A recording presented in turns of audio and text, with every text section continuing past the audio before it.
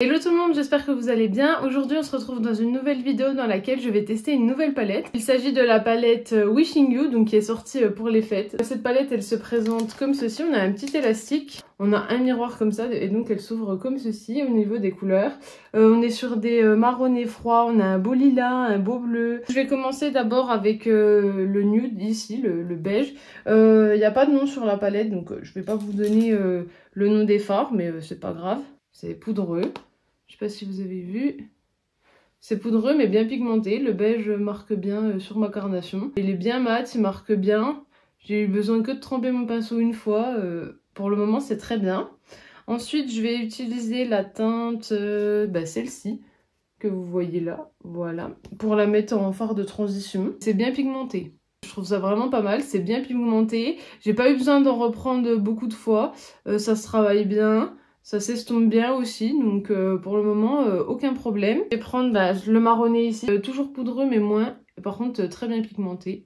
Ouais, vraiment très bien pigmenté, je m'attendais pas à ça.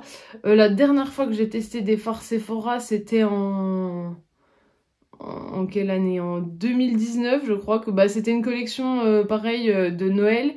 Et je vais reprendre mon autre pinceau avec un petit peu de la couleur d'avant pour réestomper, parce que c'est vraiment très pigmenté.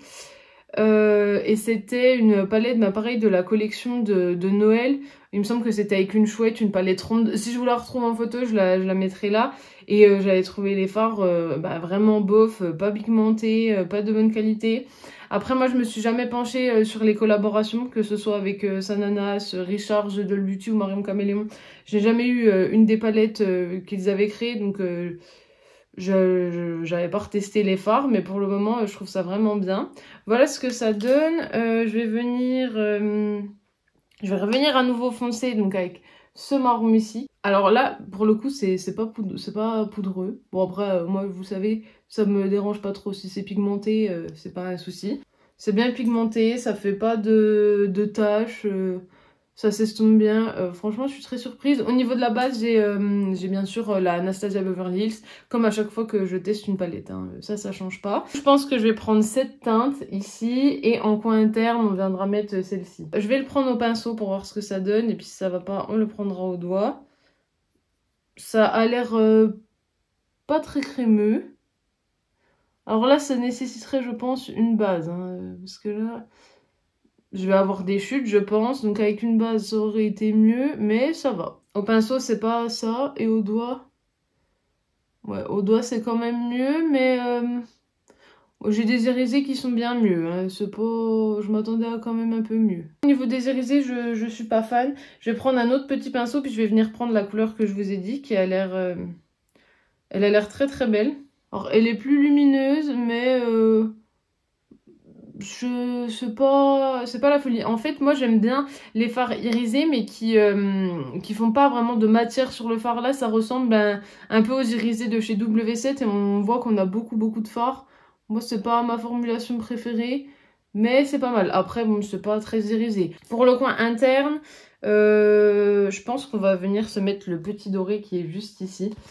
On va tester le plus de fard possible, toujours au pinceau. Au niveau des irisés par contre ils sont pas super crémeux, donc ce qui fait que ça fait pas vraiment de chute en fait. Bon voilà, ça fait un joli coin lumineux, j'aime bien. Au niveau du ras de cils, je pense qu'on va mettre la teinte ici, que je pensais corail et finalement qui est pas super corail. Donc on va prendre cette teinte. Voilà ce que ça donne pour le ras de cils. Donc je suis venue mettre le petit corail orangé, qui est pas vraiment corail, qui est un peu plus clair que ce que je pensais, mais qui est quand même très beau. Et donc voilà ce que ça donne pour ce premier œil. Je viens faire le deuxième œil, je mets du mascara. Me revoilà, donc comme vous pouvez le voir, j'ai fait le deuxième œil, j'ai mis mon mascara. Donc on va pouvoir conclure sur la palette Wishing You de chez Sephora. Donc voilà comme elle se représente, je vous la remontre. Alors au niveau des mats, j'ai bien aimé les travailler. Je les pensais beaucoup moins pigmentés parce que comme je vous avais dit, ça faisait très longtemps que j'avais pas testé de palette Sephora. Donc là je les trouve bien pigmentés, ils s'estompent bien, ils se travaillent bien. Par contre au niveau des irisés, je les trouve vraiment pas dingues. Sur ma paupière, je trouve pas que ça fasse un résultat de fou. Pourtant là j'ai 3 irisés mais on voit pas vraiment. Après j'aime bien le look que j'ai fait, le corail orangé est assez beau, il est en ras de cils donc on le voit pas vraiment mais il est plutôt beau. Après voilà, pour les irisés je reste très déçue, je m'attendais à mieux. Parce que dans le pan quand même ils ont l'air quand même plutôt beaux, mais là finalement une fois posé sur la paupière déjà ça fait beaucoup de matière sur la paupière. Moi comme vous savez j'aime pas ça, mais ouais je suis pas fan des irisés, par contre les mats j'aime bien. Mais en attendant, bah, cette palette, je vous la conseille relativement. Déjà elle est très belle, le packaging est très beau.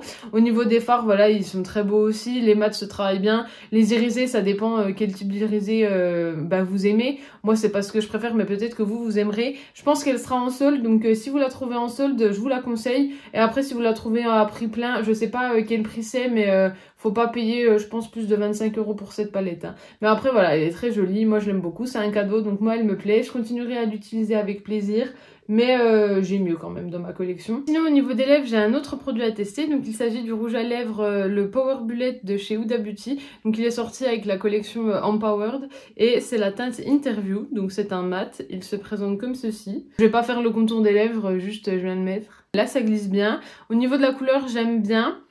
Si je trouve que ça va bien avec le maquillage en plus. Non, vraiment j'aime bien, donc c'est la teinte Interview, je vous le recommande. Après moi j'aime pas la forme des rouges à lèvres bâton de chez Huda. Le triangle, je trouve pas ça pratique justement pour dessiner ses lèvres. Mais mis à part ça, j'aime bien, la couleur est plutôt jolie. C'est un mat, mais on voit quand même qu'il est assez crémeux au milieu des lèvres. On voit que c'est pas totalement mat. Mais j'aime bien. Après à retester, mais je pense qu'avec un contour des lèvres quand même ça serait mieux. Parce que là je trouve que ça fait un peu trop clair. Non j'aime pas, j'ai l'impression qu'il n'est pas très bien posé en plus. Donc à revoir avec un contour des lèvres, mais ça je peux vous le recommander. Mais pareil, hein, trouvez-les en solde parce qu'il me semble que les rouges à lèvres Huda c'est 23 €.